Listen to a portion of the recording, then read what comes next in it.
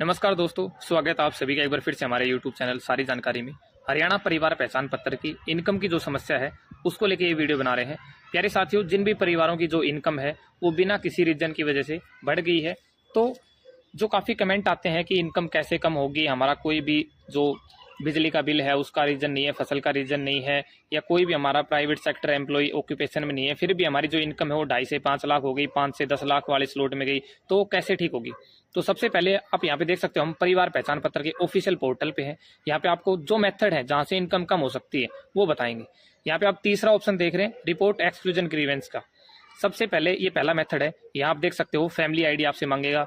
यहाँ पे जब आप अपनी फैमिली आईडी दर्ज करते हैं तो सर्च के ऑप्शन पे क्लिक करते हैं, जो आपकी फैमिली आईडी में रजिस्टर्ड मोबाइल नंबर रहेंगे उनके ऊपर 4 नंबर के ओटीपी जाएंगे।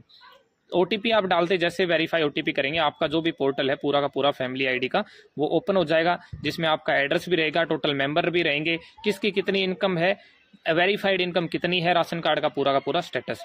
यहाँ पे आप जो फैमिली आईडी देख रहे हैं, यहाँ पे आप इनकम देख सकते हैं 6 से 8 लाख के बीच में वेरीफाइड है, जो कि आपको डिस्प्ले पे दिखा रहा है। और ये राशन कार्ड के लिए और आयुष्मान कार्ड के लिए एलिजिबल नहीं है। परंतु यहाँ पे आप देख सकते हो 2 रीजन दिखा रखा है एक्सक्लूजन में, जो कि ये परिवार पहचान पत्र का जो क्रेड विभाग उसके द्वारा ये अपडेट किया गया था काफी समय पहले। तो यहाँ पे जो दोनों रीजन है इनमें नो रिकॉर्ड डाटा फाउंड आ रहा है, मतलब कोई भी जो रीजन है वो फैमिली आईडी पे लगा नहीं हुआ है। तो इनकम कैसे बढ़ी? तो इस परिवार की जो इनकम है, शुरू में जो ये रीजन लगा था 1,80,000 वाला जो इनकम का था, ये बाद में रिमूव हो गया था क्योंकि एक्चुअल इनकम नहीं थी, परंतु लोकल कमेटी द्वारा जो इनकम है वो इस परिवार की ज़्यादा वेरीफाइड की गई है। इस वजह से 6 से 8 लाख की इसकी इनकम है। मतलब रीजन के हिसाब से देखें तो कोई भी ऐसा कारण नहीं है जिससे इसकी इनकम बढ़ी हो।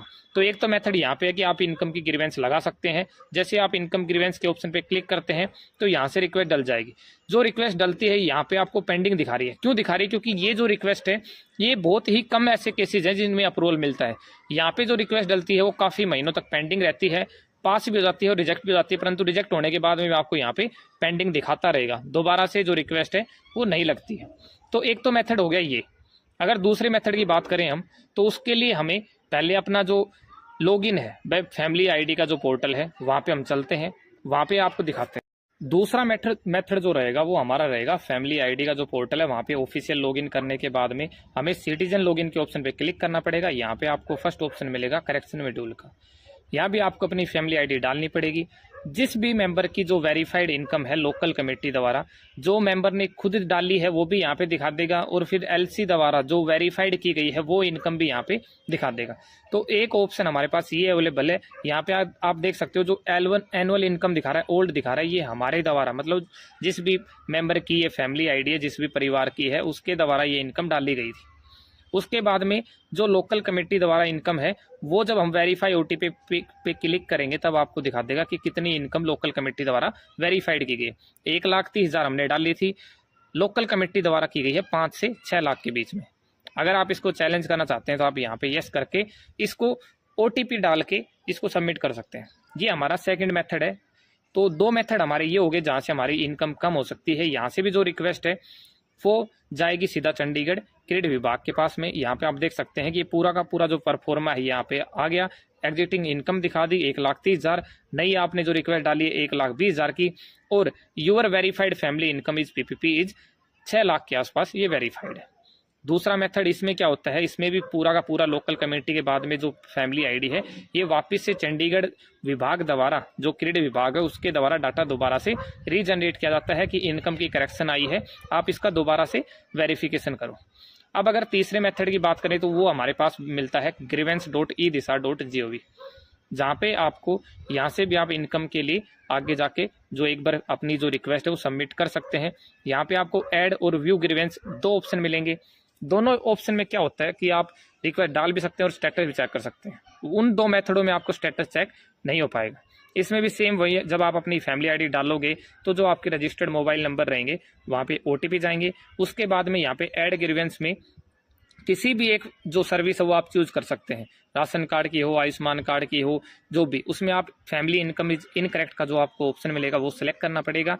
और उसके बाद में आपको बिल्कुल yes I want to apply for this service, इसमें आपको कुछ ऐसे डॉक्यूमेंट्स हैं जो अगर आपके पास होंगे तो ही आप अप्लाई कर सकते हैं। जो मेंबर हैं, किसी भी एक मेंबर का जिसकी इनकम वेरीफाइड थी वो आपको सिलेक्ट करना पड़ेगा, जिसके लिए आप ये रिक्वेस्ट लगाना चाह रहे हैं। अब जो आपको नई जो इनकम वेरीफाई करवानी है कि हमारी एक्चुअल इनकम ये है, वो आपको डालनी पड़ेगी। और अगर आपके पास यहाँ पे जो डॉक्यूमेंट शो दिखा रहा है, अगर ये डॉक्यूमेंट्स आपके पास अवेलेबल हैं तो ही आप ये रिक्वेस्ट जनरेट कर सकते हैं। डॉक्यूमेंट्स में आपके पास ITR या फिर आपकी सैलरी स्लिप हो, सैलरी सर्टिफिकेट हो, या फिर फॉर्म नंबर 16, इन चारों में से अगर आपके पास कोई भी एक डॉक्यूमेंट्स अवेलेबल है तो ही आप यहाँ पे रिक्वेस्ट लगाएं। अदरवाइज जो आपकी रिक्वेस्ट है वो रिजेक्ट हो जाएगी, क्योंकि जो यहाँ पे आप डॉक्यूमेंट सेलेक्ट करोगे, सैलरी स्लिप होगी, सैलरी ITR फॉर्म नंबर 16, ये आपको एज ए डॉक्यूमेंट्स यहाँ पे अपलोड भी करना पड़ेगा। क्योंकि जब आप यहाँ पे रिक्वेस्ट डालोगे तो डॉक्यूमेंट्स की जो अटैचमेंट है वो क्रेडिट विभाग का जो डाटा इनकम वेरिफिकेशन का जो ऑपरेटर है उनके पास ये यहाँ पे वहाँ पे शो होने चाहिए। अगर ये नहीं अपलोड करते हैं तो यहाँ से रिक्वेस्ट डालने का कोई भी फ़ायदा नहीं है।